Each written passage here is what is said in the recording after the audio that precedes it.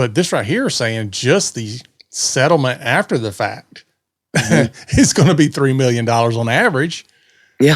So, and that's the settlement, not the cost of the lawyers to get to the settlement. Exactly. And not the cost of the data breach itself. I ain't no smart man, Jenny, but that math ain't mathing.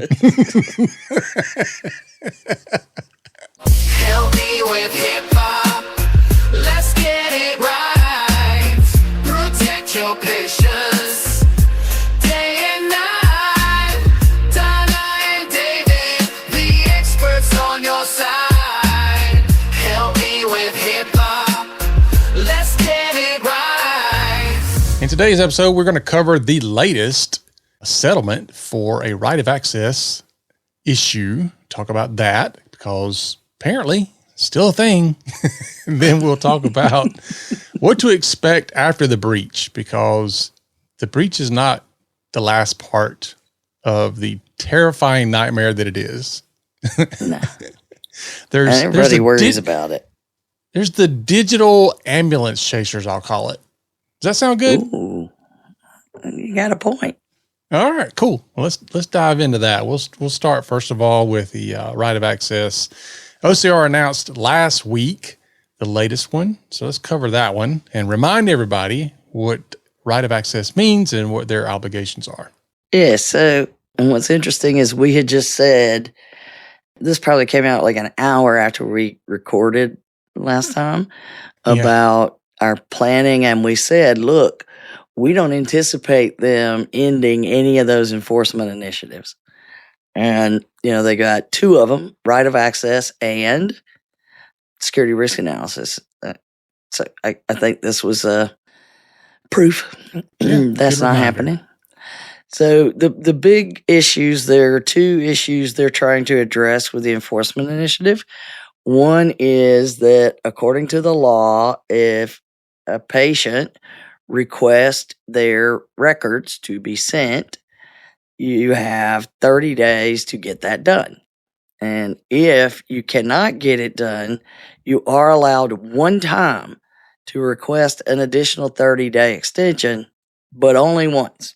And really and truly, I tell everybody, just shoot for 15 days and you're better off.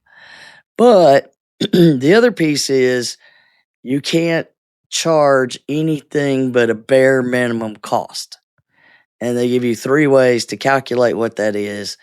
And one of those is just say, we're not going to try to calculate. We're going to say it's $6.50.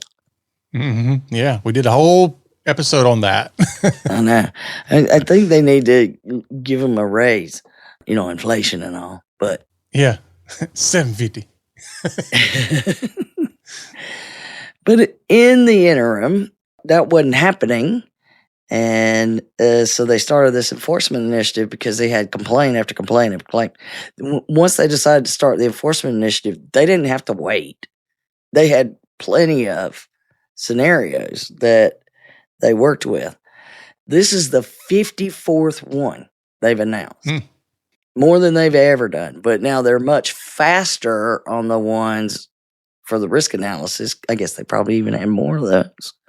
Yeah. But in this one, this has got to be one of the original ones, because this is around the beginning of when the enforcement initiative is when this complaint came in. So they get the complaint December 2018, the before times. And it's Concentra, who is they're out on the West Coast, I want to say. Anyway, they're a health delivery organization. And what had happened was that OCR in the complaint learned that a patient had requested their records February 15th, 2018. They didn't go to OCR until December 28th, 2018, and apparently made a total of 6 requests. Oh, wow. For their records throughout the whole thing. And I guess the October 8th scenario is what response was a business associate. So I'm not going to go anywhere on who that is. But the release of information companies that are out there got the request and sent a bill to the patient, an invoice for $82.57. I bet you they were livid. Oh my And gosh. yeah, you should never see that. Should never know, Yeah. not anymore. So they disputed the amount, and eventually, apparently, after talking with OCR, because then OCR had to have gotten involved because the amount was adjusted down to $6.50. The paper copy of the records were mailed March 2019. So over a year. Yeah. You probably shouldn't even have charged $6.50. I would have been like, it's free. Yeah. Move away from the keyboard. But no, they were having to, it probably cost them more than $6.50 to collect the $6.50. But anyway, that led to the whole investigation and all of these other things, and this thing drug out forever because they first did a proposed civil money penalty and came to him and said, well, you just pay us $250,000 and this goes away. Well, the way that works, then you should go back and you either say, we challenge whether we should even be paid this. We want to go to the administrative law judge for review, or you negotiate a settlement that says, what could we do to pay less? So this one went to the administrative law judge. It goes round and round, off and on for years. And finally, in January 2025, Ooh. yes, the administrative law denies the motion they wanted a summary judgment. They wanted it to go away. And the judge said that determining factual disputes remained regarding issues between what the OCR was claiming and them. So I don't know what all happened, but the bottom line is they said, okay, we give, and ended up agreeing to disagree and pay OCR $112,500. Wow. So, these things they drag out, they take forever, you go back and forth, and it's just insane. But we did get our quote from the director, like we always do. Paula Stannard is the new director. And is it's hard to make this sound different as 54 times. I'm sure. Go ahead. See if it sounds different when you read it. Yeah. I think this reminds me of my mom would always fuss at me, and she had this weird number that she would always use. She would say, I done told you 1,100 times. I'm like, I don't know where that came from, but it was always 1,100 times. That's it then. So I think this is the same way, but she says, under the HIPAA privacy rule, individuals and their personal representatives have the right to timely access to their medical records. Individuals should not have to make multiple requests and file a complaint with the OCR to gain access to their health information. Yeah. And that's basically what they say every time. For the 1,100 time. I'm not telling you again. J. David Sims. I know. You know how I was hard-headed if I needed that many reminders. Like you're not now. I'm just saying. I talked to your wife. Moving right along. So, and under the look how long this stuff drags out, and look how expensive it is, just the legal wrangling. And you start to, when you're in the midst of these things, you start to think, oh, it's gone. Now, in the beginning, it's intense. But eventually, you start to feel like, okay, that's finally closed. We're not going to, and then it'll rear its ugly head again. And it's always an exciting moment for the lawyers, I'm sure, when it rears its ugly head again. No, not really. I have lawyer friends, and they're like, I wish this case would get done. Well, the same thing happens, not so much. Very few of these data breaches take that long with OCR. And OCR only has, this enforcement initiative has been in place since, 2019 they started it, and they've got 54. So even that, which is a huge number for them, tells you these are not a ton of times that you're going to get down for years and years. It only becomes years and years if you can't show that you did everything that you could to prevent it and to respond when there's a problem. But what we do see, and I think I read a stat that it's gone up like a ridiculous number of percentage points just since 2022 when these data breaches happen.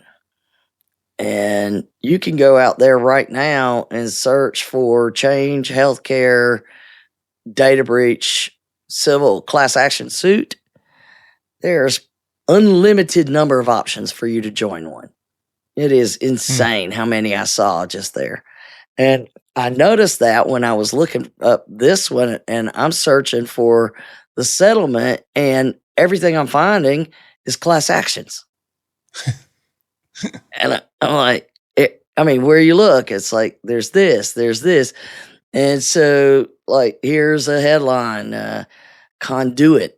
I don't know that one. That one's in the payer space, but they anticipate a $25 million data breach cost by Q1 2026. Ooh. And that doesn't even count the civil lawsuits that are going on. These things get hugely expensive, go on forever.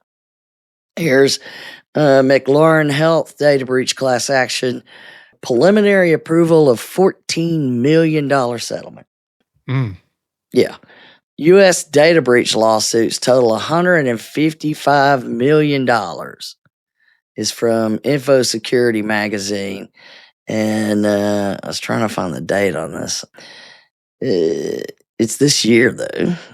Well, now I've lost it. But the bottom line is you have a massive number of we'll call it digital ambulance chasers, you said. Digital ambulance chasers. I was trying to decide whether to use that again or not. I'm like, yeah. But it meets why that name came up, because there are people that within days of it hitting out there on what we're supposed to call it, not the wall of shame. That's what everybody that's been around a long time goes. We're not supposed to call it not the wall. It's not the wall of shame. Data breach portal. Data breach portal. But we always call it that to say that we know we're not supposed to. Anyway. That's right.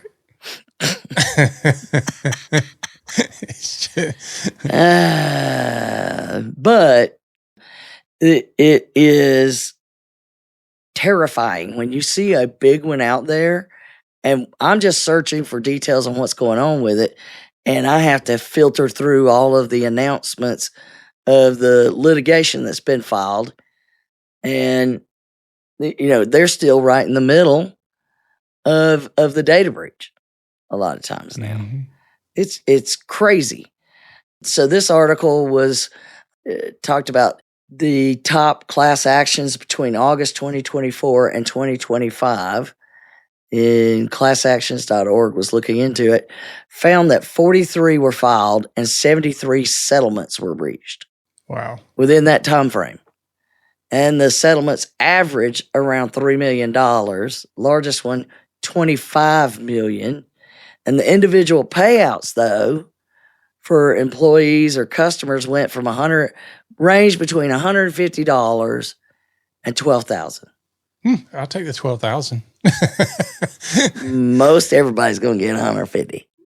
So if your average is 3 million, because I know recently I was working with a client to help them with their cyber coverage, and 3 million was like their cyber coverage limit. And that's their standard. Like they don't even want to go below that. Yeah.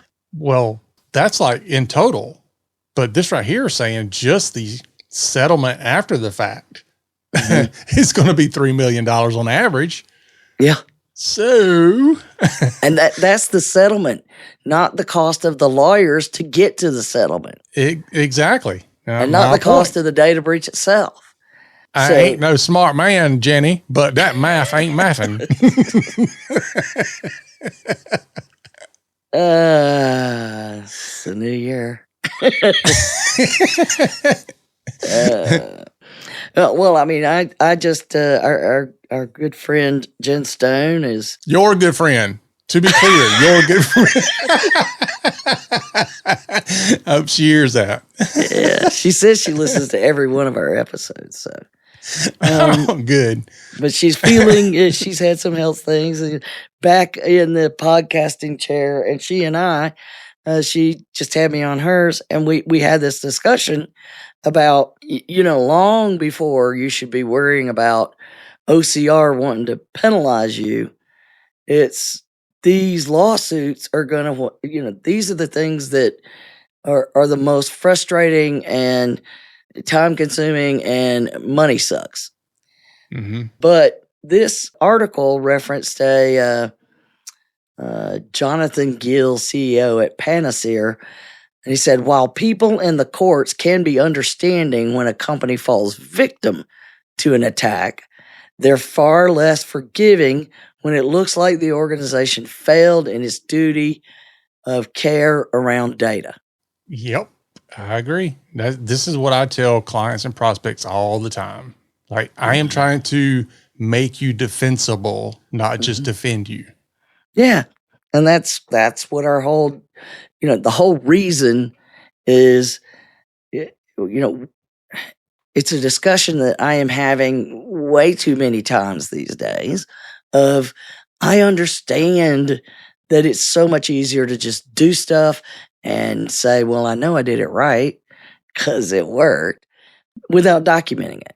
But if we don't document, then you can't prove it. Mm-hmm. And you don't have to, how many of these you're going to see? And it's not just, OCR has the same way.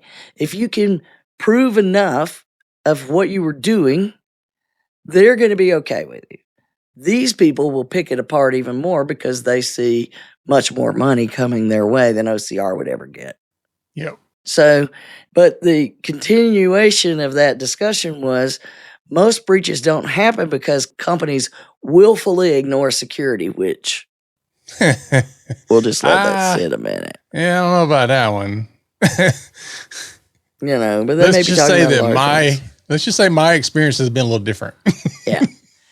Instead, they will set a target risk position and then over time slide back and take on more exposure than intended because well-intentioned people don't have information they can trust presented in a language they understand to do the important work. It's a process problem, not a people problem.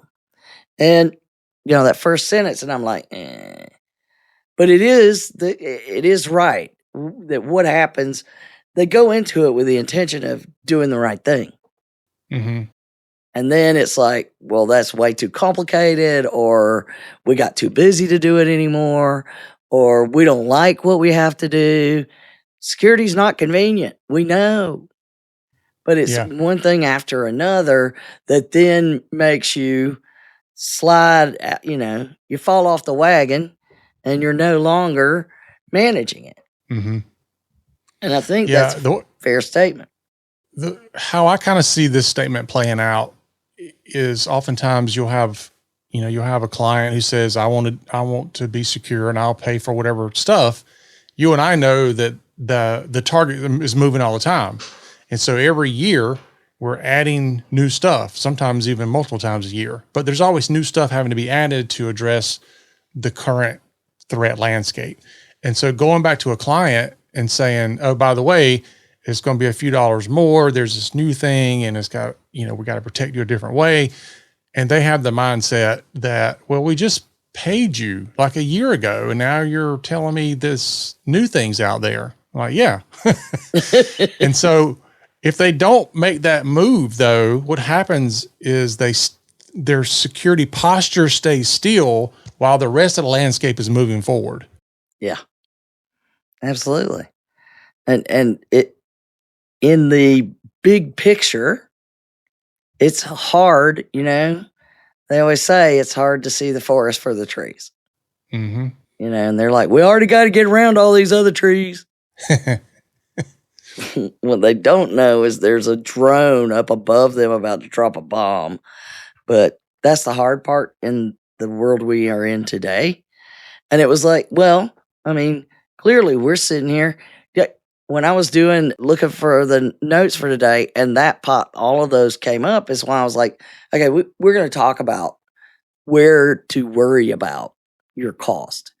And your costs go into two buckets: the forensics and recovery, depending on what happened. Mm-hmm. That's big. And most people aren't even prepared for what that costs the first time they ever have to deal with these, if it's a big one. But then it's getting you back to normal, and all of that's part of the recovery cost. Everything else is dealing with the reputational damage, the legal issues, the investigation, that is the part that it goes on and on and on for years. Yeah.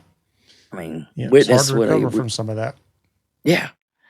So when you are thinking about why we want you to be defensible, why we want you to have documentation, and I think, well, you tell me, David, I have people that say, well, IT has all that documentation, I don't need to keep it.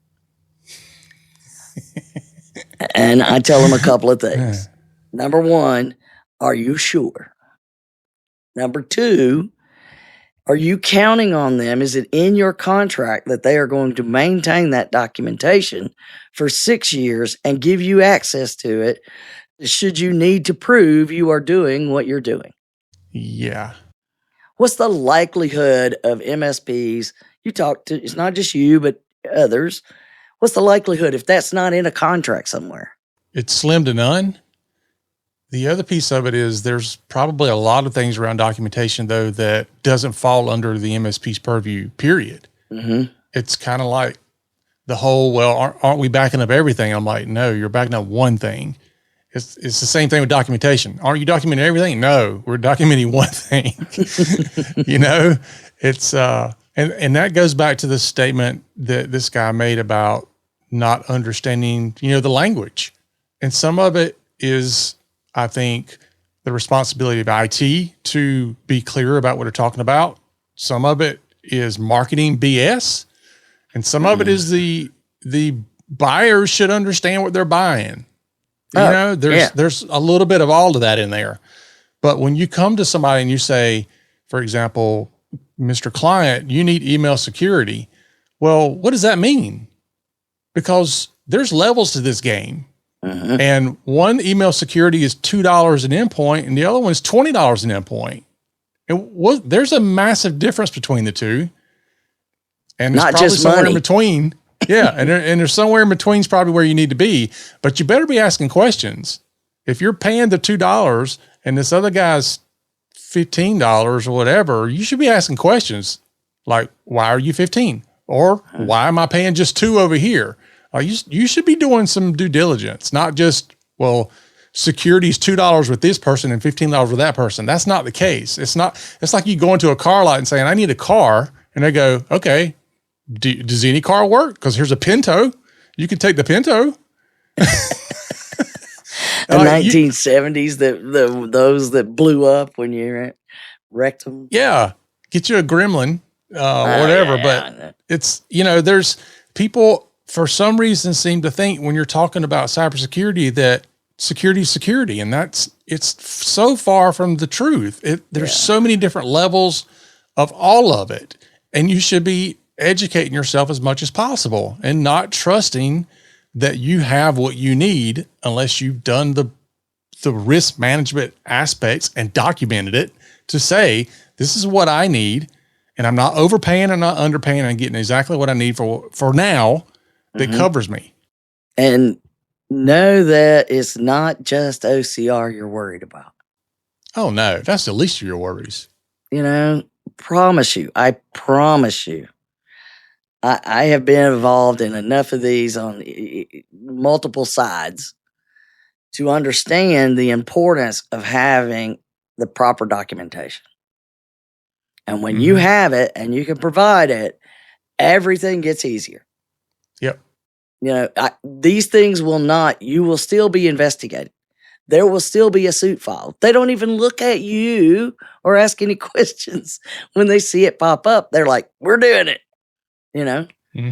But the minute that there's any kind of request for information, if you can provide extensive details, it goes away. And you will save. I know it takes time to do these things. I know it's not necessarily cheap to keep up with, but it is less time consuming and less expensive than dealing with just one time. You have to deal with these big data breaches. Oh, I know. And that's the whole thing. Like MSPs like me, we're trying our best to defend the client. Hopefully none of this ever happens, but security's not 100%, right? Right.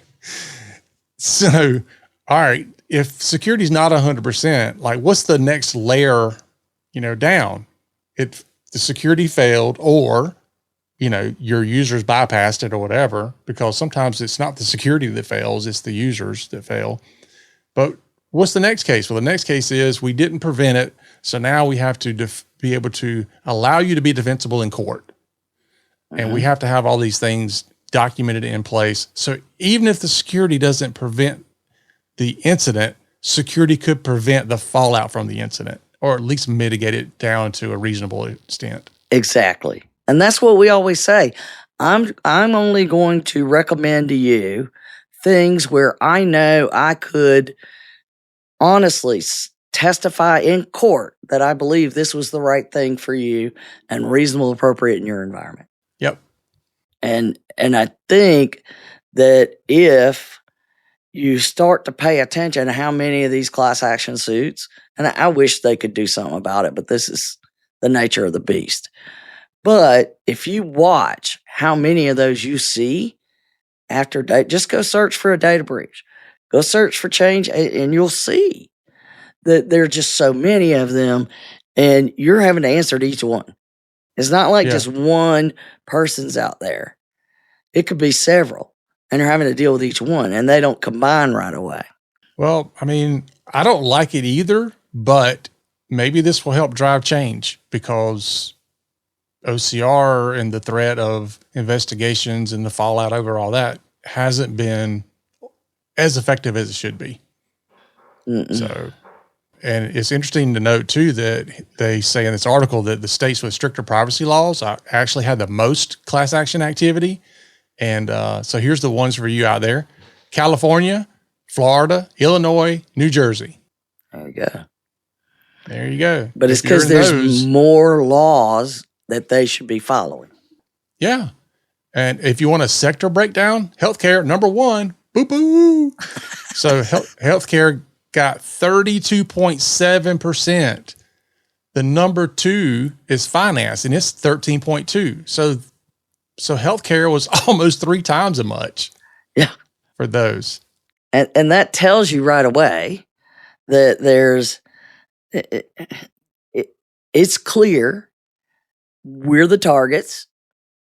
And if you do the best you can and can prove you were doing that, everything's going to be better. The attack will be better handled. Everything about the damage it could do to you will be less.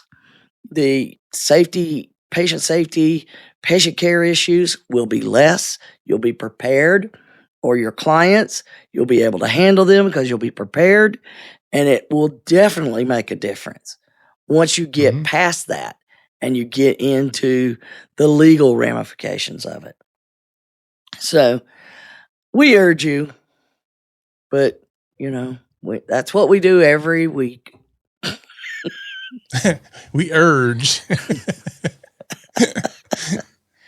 Every week. And this year is 11 years. TikTok.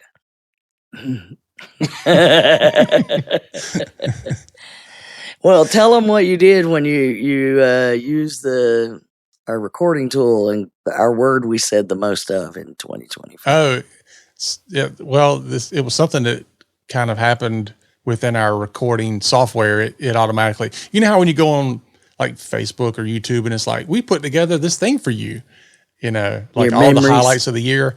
Yeah. So this tool did the same thing. And it's like, the thing you did the most is you laughed. So all these clips of you and I laughing. So you bring laughter. And then it was like the word that you used the most in 2025 was AI. So apparently we talk about AI quite a bit in 25. And we say, And we do say a lot. Yeah. Thank you, Boyan, our editor, for making us not say a lot in public. I know. That's why people say, why don't you live stream it? I'm like, because